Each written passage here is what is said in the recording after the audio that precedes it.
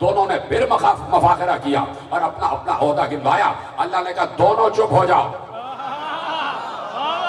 ایسے نہیں, ابھی تو میں بتا رہا ہوں کہ اتنے بڑے بڑے عہدے رکھنے والے ملائکہ دو آپس میں مفاخرہ کر رہے ہیں اور اللہ سے فیصلہ کروایا. اللہ نے کہا دونوں چپ ہو جاؤ. تم کیا اور تمہارے عہدے کیا.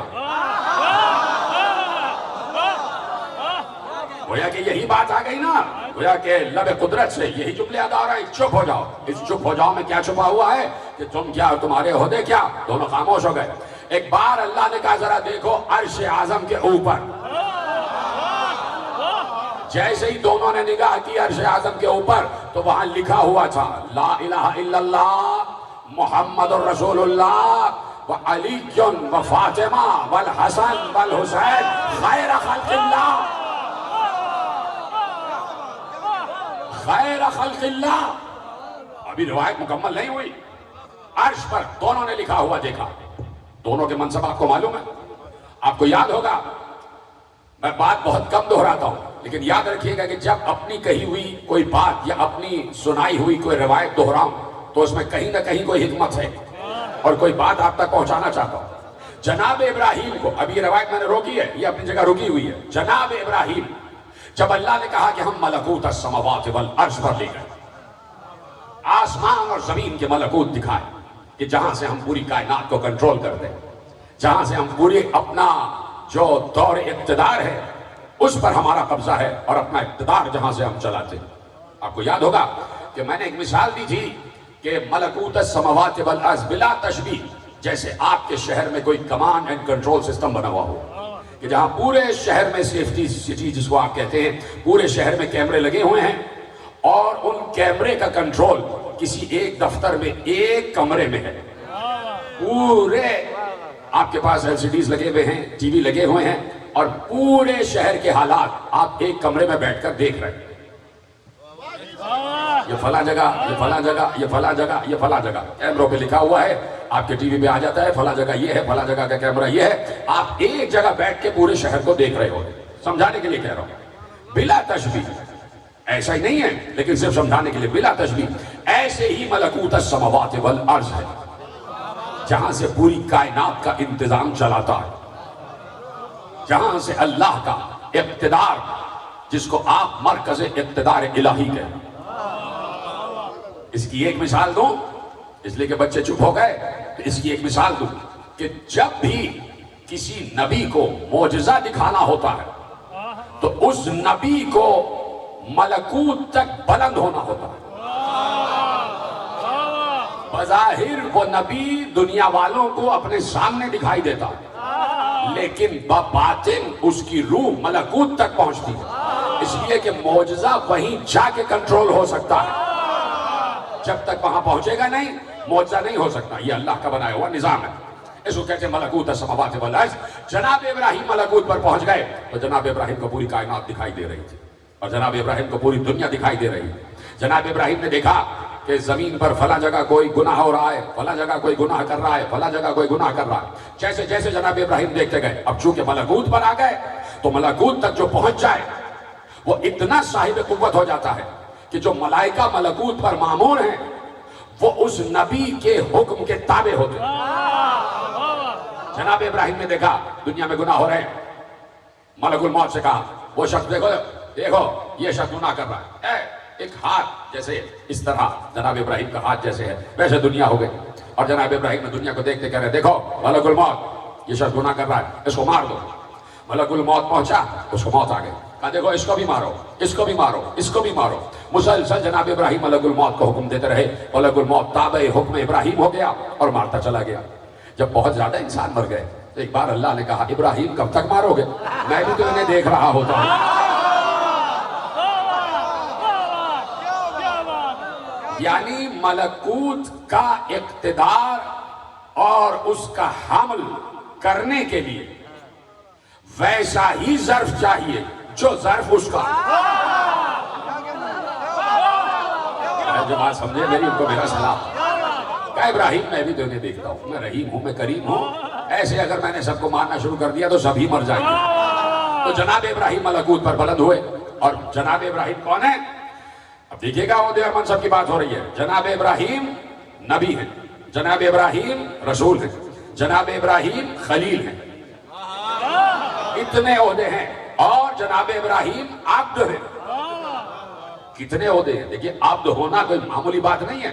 میں نے پہلی تقریر میں کہا تھا کہ میں کہوں کہ میں عبد ہوں یہ الگ بات ہے, اور وہ کہے کہ تو عبد ہے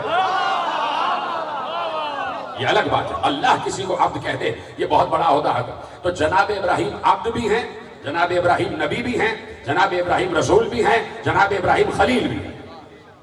اور یہ 4 عہدے رکھنے والا ابراہیم ملکوت پر بلند ہوا.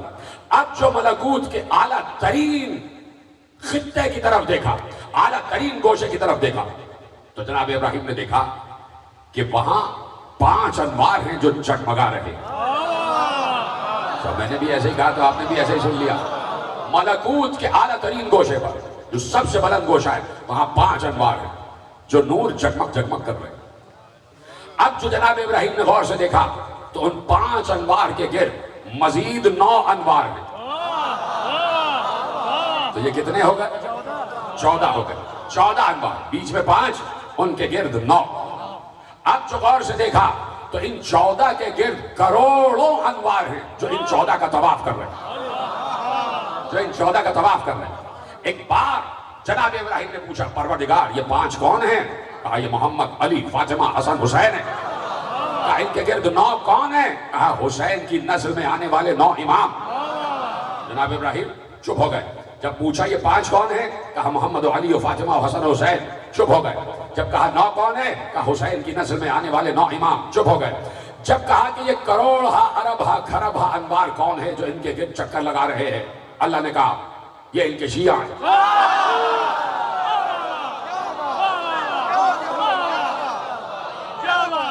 یہ ان کے شیعہ ہیں جو ان کا طواف کر رہے ہیں.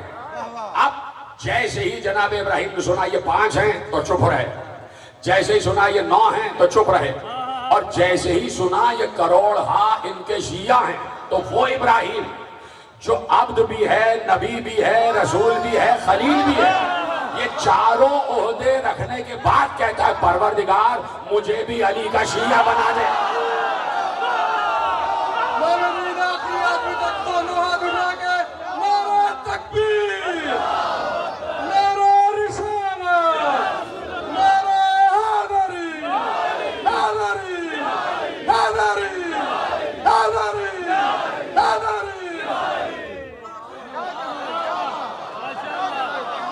سلامت رہے پیچھے والے حضرات بھی خدا کو شاد و آباد رکھے. سلامتی کے لیے بلند تر صلوات. جب 5 کو دیکھا, 9 کو دیکھا, یعنی 14 کو دیکھا تو یہ نہ کہا مجھے ان جیسا بنا دے. کم از کم ابراہیم سے ہی سبق سیکھ لو. ابراہیم اتنا بڑا ہوتے ہوئے کہہ رہا ہے میں ان جیسا نہیں. میں ان جیسا نہیں. یعنی 4 عہدے رکھنے کے بعد کہہ رہے ہیں کہ مجھے ان کا شیعہ بنا دے. تو اب ابراہیم نے دعا کی. یہ کیسے ہو سکتا ہے کہ اللہ دعا کو قبول نہ کرے؟ فوراً اللہ نے کہا اور آیت آ گئی ان من شیعتہ لابراہیم. ابراہیم اس کا شیعہ ہے. لفظ شیعہ قرآن میں 3 مرتبہ آیا.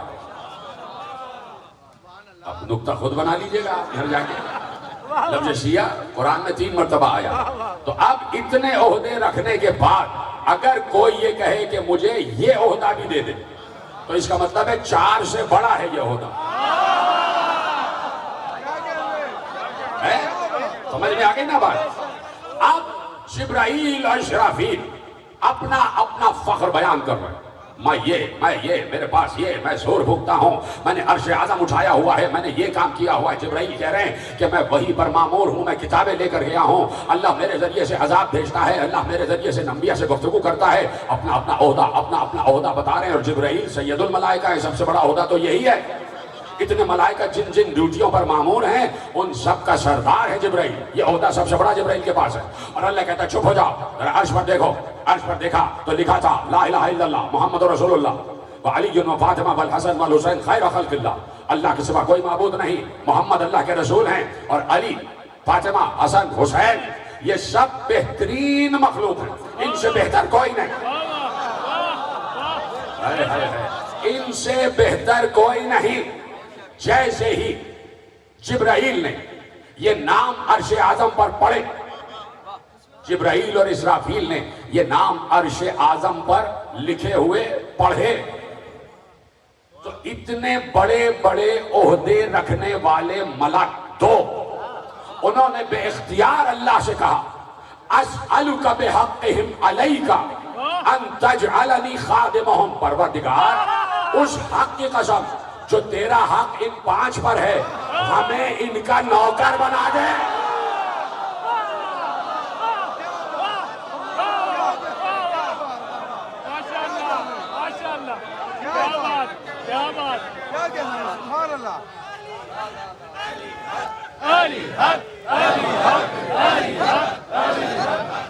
ایک ساتھ مل کے کہیں، ایک ساتھ مل کے کہیں، تب لطف آئے گا۔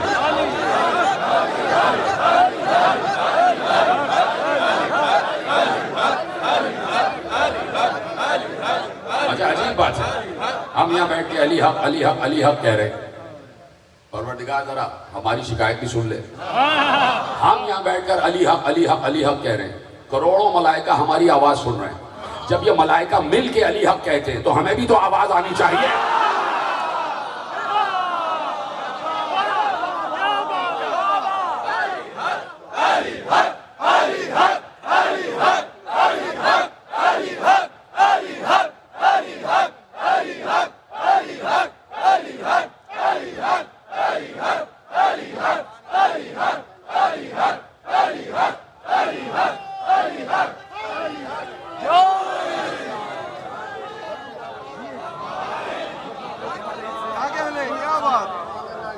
جبرائیل سید الملائکہ، سید الملائکہ ہوتے ہوئے، ملائکہ کا سردار ہوتے ہوئے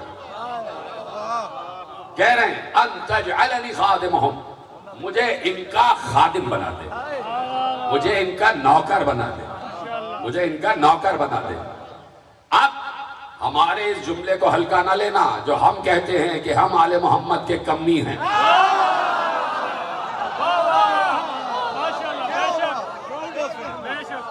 اتنا بڑا ملک، اتنا بڑا عہدہ ہوتے ہوئے کہہ رہا ہے کہ ان کا خادم بنا دے، ان کا خادم بنا دے۔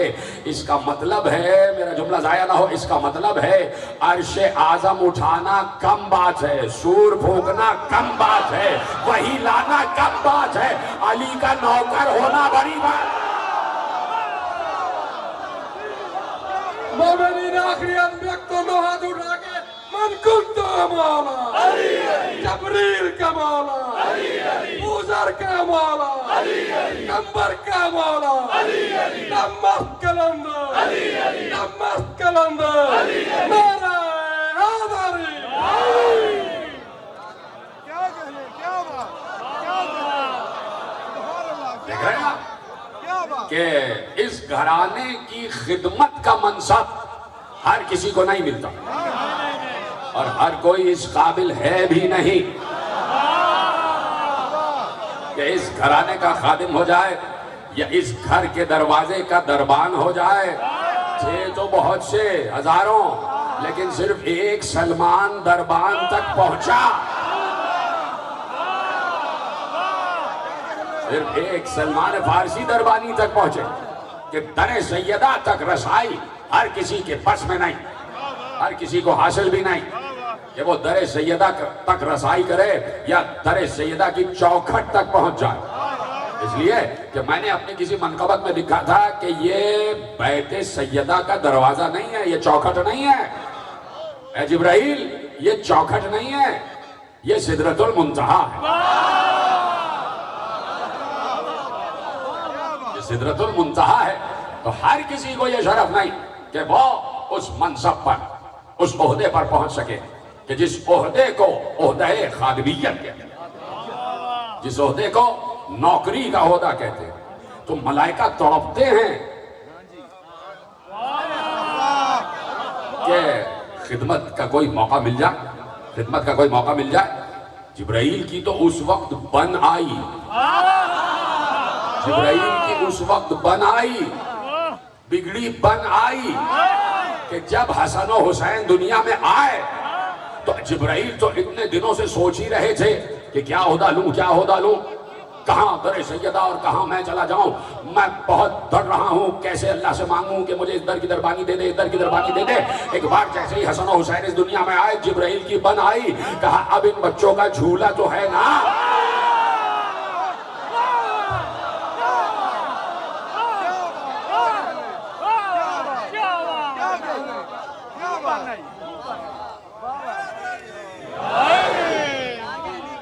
توجہ فرما رہے ہیں بسم اللہ کہ جبرائیل کہتے ہیں کہ مجھے جھولا جھلانے کا شرف عطا فرما، ان کے گھر کی چکی چلانے کا شرف عطا فرما، یہی عہدہ مل جائے، اس لیے کہ اس گھر کی چکی یا چرخہ نہیں چل رہا، یہ پوری کائنات کا نظام چل رہا، یہ چرخہ نہیں چل رہا، یہ سوت نہیں کاٹا جا رہا، یہ برج سورج کے گرد طواف کر رہے ہیں۔ کیا سن رہا ہے، کیا سن رہا ہے؟ اور کب میں ایسی باتیں کرتا ہوں، یہ بروج سورج کے گرد طواف کر رہے ہیں، یہ چکی میں گیہوں نہیں پیسا جا رہا، یہ کائنات کے رزق کا انتظام ہو رہا ہے، یہ رزق کائنات کا انتظام ہو رہا ہے۔ توجہ فرما رہے ہیں آپ؟ بلند آواز سے صلوات پڑھیں محمد و آلہ۔ 5 منٹ ٹرسٹ کے جو معاملات ہیں وہ آپ کے حوالے، اس لیے کہ آپ کو پتا ہے کہ یہ سارے معاملات آپ کے ہی تمام تر ہدیوں سے اور نذرات سے طے ہوتے ہیں، تو 5 منٹ میں جو بھی حضرات یقیناً دینا چاہے اور جو بھی آپ کے بس میں ہے وہ یقیناً ٹرسٹ کے حضرات کی طرف آپ منتقل فرمائیں 5 منٹ میں، اور درود پڑھتے رہیے محمد پر محمد اہل بیت محمد صلوات۔ مومن اکرام، ہم نے جب بھی عزاداری سید الشہداء کے لیے مشن امام حسین علیہ السلام کے لیے آپ کے سامنے اپنی جولی پھیلائی ہے تو آپ نے دل کھول کر ہماری امداد فرمائی ہے، اور اس عمر سے بھی آپ لوگ بخوبی آگاہ ہیں کہ ہمارے محدود وسائل ہیں اور ہمارا کوئی مستقل آمدنی کا ذریعہ بھی امام بارگاہ کا نہیں ہے، تو یہ تمام تر انتظامات آپ ہی کے تعاون سے سارا سال چلتے ہیں، اور انشاءاللہ تا قیامت جاری و ساری رہیں گے۔ ہمارے کارکنان جن کے پاس سبز جولیاں ہیں وہ آپ کے درمیان موجود ہیں، تو آپ سے صدا ہے کہ مشن امام حسین علیہ السلام کے لیے عزاداری سید الشہداء کے لیے ہم سے تعاون فرمائیں تاکہ ہم اسی طرح اس عزائی سلسلے کو جاری رکھ سکیں۔ مومنات سے بھی میری گزارش ہوگی کہ وہ بھی اس سلسلہ میں ہم سے تعاون فرمائیں۔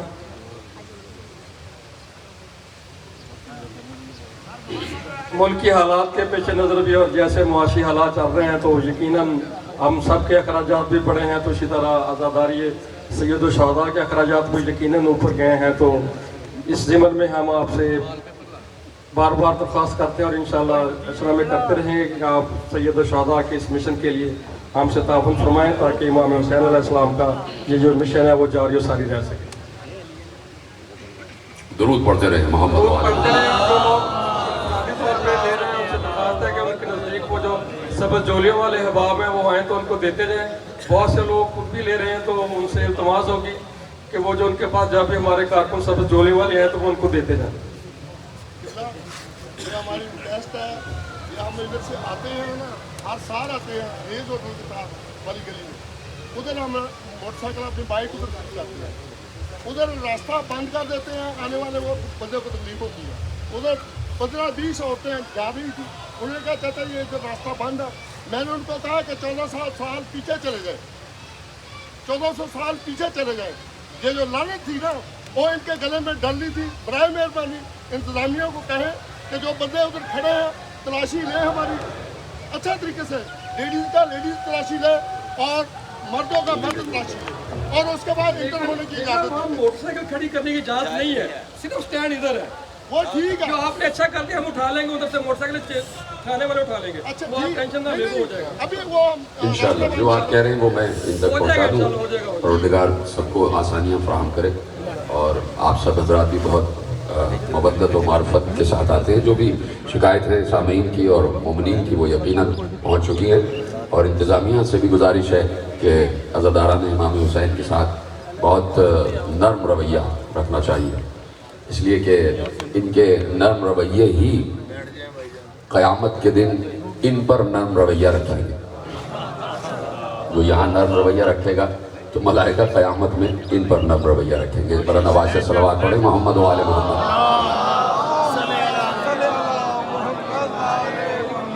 مل کے بآواز بلند درود پڑھ محمد و آل محمد.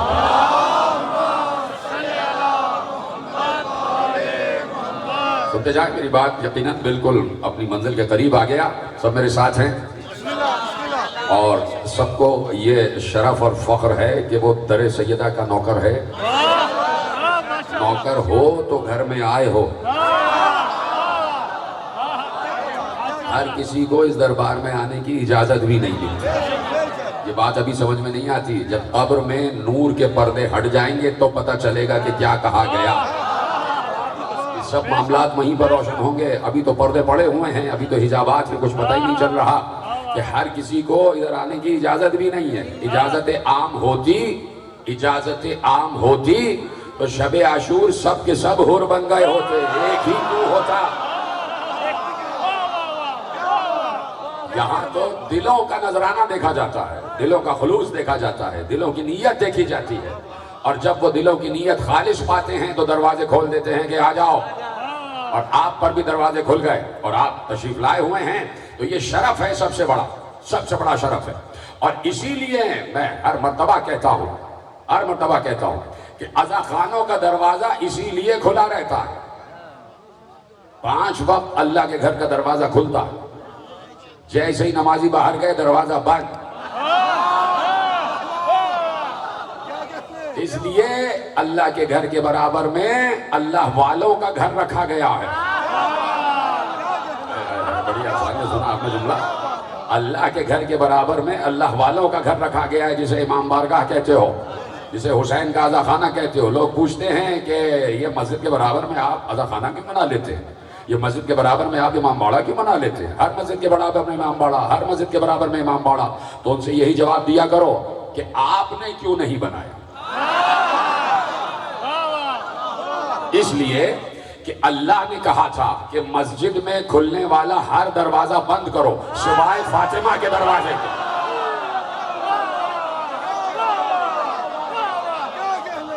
تو جب اللہ نے یہ در بند نہیں کیا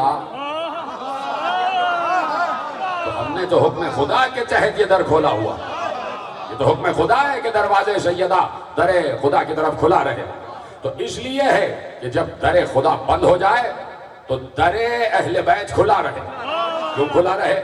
نہ معلوم کون حور بن کے کس وقت آ جائے, کون حور بن کے کس وقت آ جائے. اور جو آئے پہلے وہ حسین کے گھر میں آئے اور یہاں سے آداب سیکھے کہ اللہ کے گھر میں جایا کیسے جاتا ہے. یہیں سے کل گفتگو کا آغاز ہوگا کہ یہاں سے آ کے آداب سیکھے کہ بیت خدا کہتے کس کو ہیں, بیت اللہ کہتے کس کو ہیں, بیت خدا کس کو کہتے ہیں. اور بیت اللہ صرف یہ نہیں کہ جانا ہے, صرف یہ نہیں کہ طواف کرنا ہے, بلکہ بیت اللہ کی حرمت کا پاس کرتے ہوئے اس کی حفاظت کا بھی عہد کرنا پڑتا ہے. ابھی حج دیکھا آپ نے کہ حج ہو گیا, تو یہ حج جو ہے ختم ہو گئی بات. حج پیغمبر نے فلسفہ حج یہ ہے کہ گویا ایک عالمی کانفرنس ہے جو سال میں ایک بار سجائی جائے, کہ جس میں دنیا کے سارے مسلمان ایک جگہ جمع ہو جائیں اور بین الاقوامی مسلم پالیسی ڈسکس کی جائے. اگر یہ معاملہ مسلم کانفرنس کا ہوتا کہ جو پیغمبر نے حج کا ایک تصور دیا تھا, اگر وہی ہوتا تو آپ کو اقوام متحدہ جنیوا میں بنانے کی ضرورت نہ ہوتی. توجہ فرما رہے ہیں آپ. تو اب حج کے مراحل, اور مجھے یاد دلائیے گا میں کل یہیں سے حج سے ہی بات شروع کروں گا, لیکن آج گفتگو کامل ہو رہی ہے اور اس کے بعد یقیناً ماتمداری کا سلسلہ بھی ہے, تو زیادہ وقت آپ کا لینا نہیں چاہتا. تو ہر چیز کے جس کو سمجھو, اس کے ایکسٹریکٹ کو سمجھو. ہر چیز کا ایک فلسفہ ہے. نماز, روزہ, حج, زکوٰۃ, قوم, جہاد, ان سب کا ایک فلسفہ, ان سب کا ایک جس ہے, ان سب کی ایک فکر ہے, ان سب کا ایک نظریہ ہے, ان سب میں ایک حکمت ہے. اور یہ جو کثرت سے اعمال ہیں, کثرت سے نماز, روزہ, زکوٰۃ, جہاد, حج, امر بالمعروف, نہی عن المنکر, ولایت, برات, یہ کثرت سے اعمال ہیں. اچھا کام کرنا, پانی پلانا, دوسروں کا خیال کرنا, عاجزی, انکساری, بیواؤں کی سرپرستی, یتیموں پر شفقت,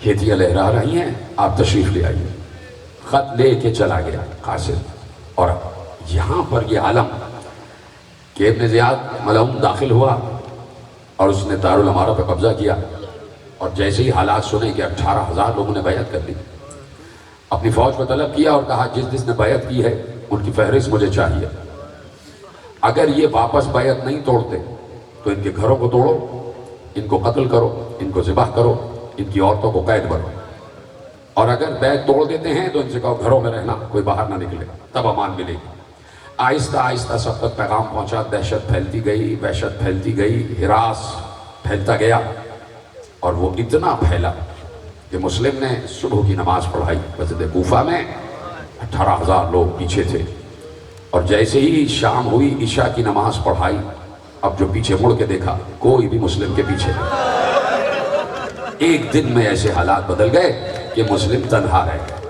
بچوں کو قاضی شرح کے گھر پہ چھوڑا، مسلم نکلتے چلے گئے، دیکھتے چلے گئے، لوگوں سے ملتے چلے گئے، کوئی مسلم کو پناہ دینے کے لیے تیار نہیں۔ مسلم کوفے کی گلیوں میں پھرتے رہے، شدید آگ برسا رہا تھا سورج، سارے گھروں کے دروازے بند تھے۔ مسافر کو پیاس لگی، ایک دروازے پہ آ کے بیٹھ گئے، کچھ مناجات کرنے لگے۔ مسلم کی مناجات کی آواز صاحب خانہ تک پہنچی۔ صاحب خانہ اہل بیت کی چاہنے والی تھی، نام تھا طوعہ۔ جب باہر سے مناجات کی آواز سنی، طوعہ باہر آئیں، دیکھا ایک مسافر بیٹھا ہوا ہے۔ کہا مسافر کیا چاہتے ہو؟ پورے کوفے میں ہراس پھیلا ہوا ہے، دہشت پھیلی ہوئی ہے، کیا چاہتے ہو؟ کہا مسافر ہو۔ کہا کیا چاہتے ہو؟ کہا ایک جام آب میسر آ جائے، پیاس لگ رہی ہے، پانی پلا سکتی ہو؟ اس نے کہا کیوں نہیں، اپنے آقا حسین کے نام پہ پانی پلاؤں گا۔ گھر میں گئی، ایک جام آب لے کے آئی، مسلم کے حوالے کیا، مسلم نے پانی پیا، مسلم نے پانی پی کے خدا کا شکر ادا کیا، جام آب واپس کی، بیٹھ گئے۔ تو جانے لگی، محسوس کیا کہ مسافر یہاں سے گیا نہیں، پھر پلٹ گیا اور کہا مسافر یہاں سے جاؤ، کوفے کے حالات بہت خراب ہیں، بڑے خستہ حالات ہیں، چلے جاؤ، گھر چلے جاؤ، تمہارے بچے انتظار کر رہے ہوں گے، تمہاری زوجہ انتظار کر رہی ہوگی۔ مسلم نے سر جھکا کے کہا جس کا کوئی گھر ہو تو وہ گھر جائے، جس کے اہل و عیال ہو وہ گھر جائے۔ طوعہ نے لہجے کو پہچانا، یہ لہجہ کوفے والوں کا تو نہیں، یہ لہجہ مدنی لہجہ ہے، یہ لہجہ مدینے کا لہجہ ہے۔ ایک بار طوعہ نے کہا مسافر یہ تو نے کیا کہا کہ تیرا کوئی گھر نہیں ہے؟ کہا ہاں میں پردیسی ہوں۔ کہا تجھے تیرے حق کی قسم اے مسافر تو بتا دے تو کون ہے؟ تو مسلم نے کہا میں سفیر حسین مسلم ابن عقیل، میں آقا حسین کا سفیر مسلم ہوں۔ تو قدموں پہ گر گئی، کہا آقا مجھ سے گستاخی ہو گئی، میں کھڑی رہی اور آپ باہر کھڑے رہے۔ آقا گھر میں تشریف لے آئیے، یہ گھر آپ ہی کے صدقے سے بنا ہے۔ مسلم آ گئے، کہا کچھ کھانا آپ کے خدمت میں پیش کروں؟ کہا نہیں، مجھے وضو کے لیے پانی چاہیے، مصلی بچھا دو۔ مسلم نے رات بھر عبادت کی، رات بھر عبادت کی۔ آ گیا وہ وقت کہ جب طوعہ کا داماد اور ایک لکھا ہے کہ بیٹا گھر میں آیا، اس نے دیکھا مسلم یہاں پر ہے، مخبری ہو گئی کہ مسلم طوعہ کے گھر میں ہے۔ جیسے ہی دارالامارہ میں اطلاع پہنچی کہ مسلم طوعہ کے گھر میں ہیں، صبح جیسی ہوئی نماز فجر پڑھ کے مسلم نے سلام پھیرا، باہر سے تلواروں کی جھنکار کی آواز آ گئی۔ مسلم سمجھ گئے چاروں طرف سے گھیر لیا گیا ہے اور میرے قتل کا سامان ہو گیا ہے۔ مسلم باہر نکلنے لگے، ہاتھ میں تلوار لے کے باہر نکلنے لگے۔ طوعہ نے قدموں پہ ہاتھ رکھ دیا، آقا باہر نہیں جائیے گا، آپ کی جان کو خطرہ ہے۔ کہا نہیں، ہم یہاں رہ نہیں سکتے، اس لیے کہ ہم اگر یہاں رہ گئے تو تمہاری جان کو خطرہ ہو جائے گا۔ کہا آقا مجھے میری جان کی پرواہ نہیں ہے، خدا کے لیے باہر نہ جائیے گا، اگر آپ کے جسم پر ایک خراش بھی آ گئی تو میں فاطمہ زہرا کو محشر میں کیا جواب دوں گی، میں اپنی بیوی کو محشر میں کیا جواب دوں گی؟ مسلم نے کہا نہیں، ہم کبھی ایسا نہیں کرتے کہ کسی کے گھر پہ ہماری وجہ سے آفت آ جائے، خدا حافظ کہہ کے مسلم باہر آئے۔ تلوار چلنا شروع ہو گئی، ختم ہو گئی تقریر۔ مسلم نے کوفے کی گلیوں کو لاشوں سے پر کر دیا، مسلم قابو میں نہیں آ رہے تھے۔ کہا یہ بنی ہاشم کا جوان ہے، یہ ایسے قابو میں نہیں آئے گا۔ ایک گڑھا کھودا گیا، اسے خس و خاشاک سے بھر دیا گیا، اس میں نیچے خنجر، تیر، تلوار رکھ دیے گئے۔ مسلم کو گھسیٹتے ہوئے، دھکیلتے ہوئے، حملہ کرتے ہوئے، پیچھے کی طرف دھکیلتے ہوئے، جیسے ہی مسلم اس گڑھے کی طرف بڑھے تو ایک بار مسلم گڑھے میں گر گئے۔